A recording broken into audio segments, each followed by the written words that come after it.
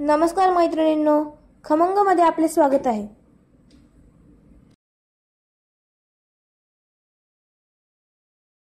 नमस्कार मैत्रिणींनो, खमंगमध्ये आपलं स्वागत आहे।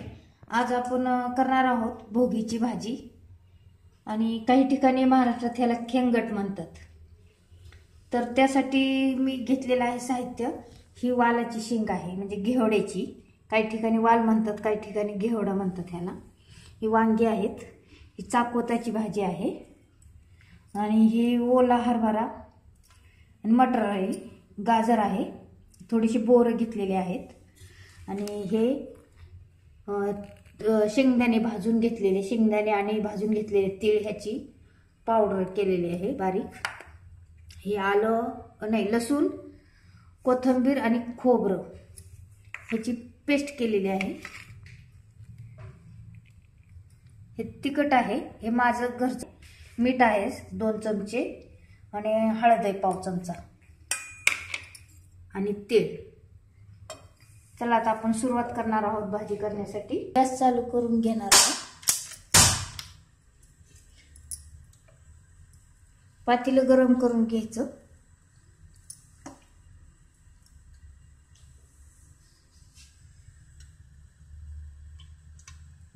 साधारण 2 मोठे चमचे तेल घालायचं त्याच्यात। आपण हे वाटण टाकणार आहोत।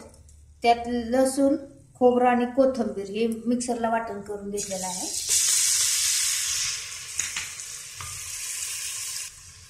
चांगलं हे खरपूस भाजून घ्यायचं।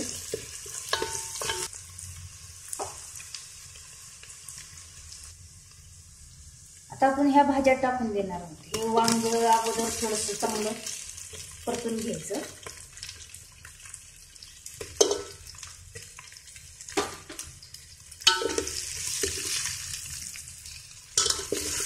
उष्ण असतात, गुणाने उष्ण भाज्या असतात या सगळ्या। त्यामुळे हे संक्रांती भोगीला ही भाजी खायची असते, की आपल्या शरीरात स्निग्धांश टिकून राहावं म्हणून। आता ही वालाची शेंग टाकणार आहोत।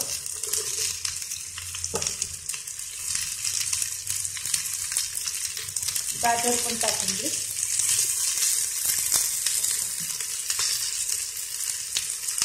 थोडीशी बोरे घेतली होती, तुम्हाला आवडत असल्यास तुम्ही टाकू शकता। अगर नसले आवडत तर नाही टाकलं तरी चालतं। ही हरभरा आणि मटर आहे।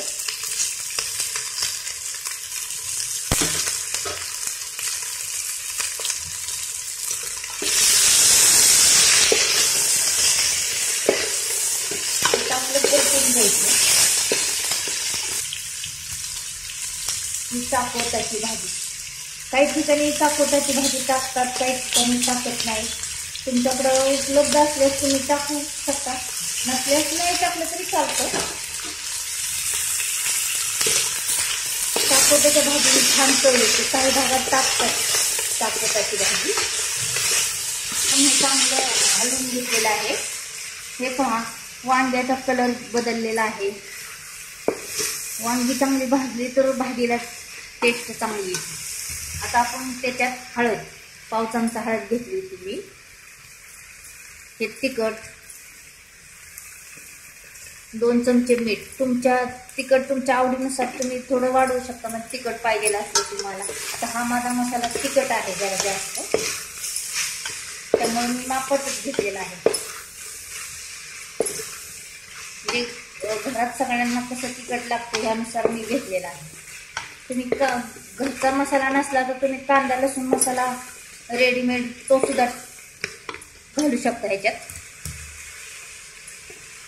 आता हे शेंगदाण्याचं कूट आणि तिळाचं कूट आहे, ते आपण पाणी ओतल्यानंतर 10 मिनिटांनी टाकणार आहोत। लगेच टाकलं की ह्याचं तेल उडून जाईल।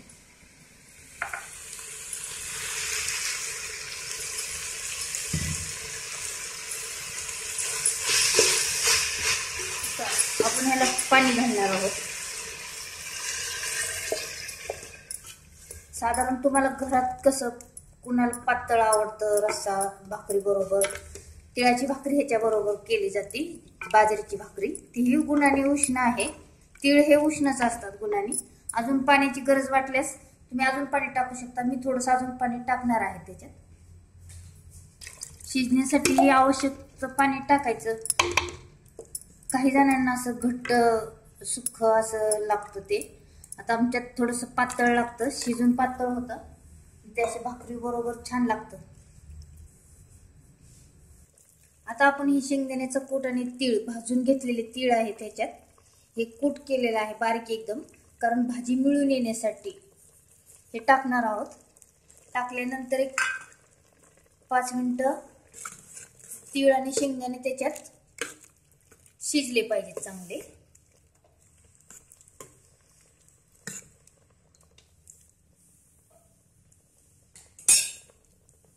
आता आपली ही भाजी तयार झालेली आहे. जर हा तुम्हाला व्हिडिओ आवडल्यास लाईक करा, शेअर करा, सबस्क्राईब करा. थँक्यू.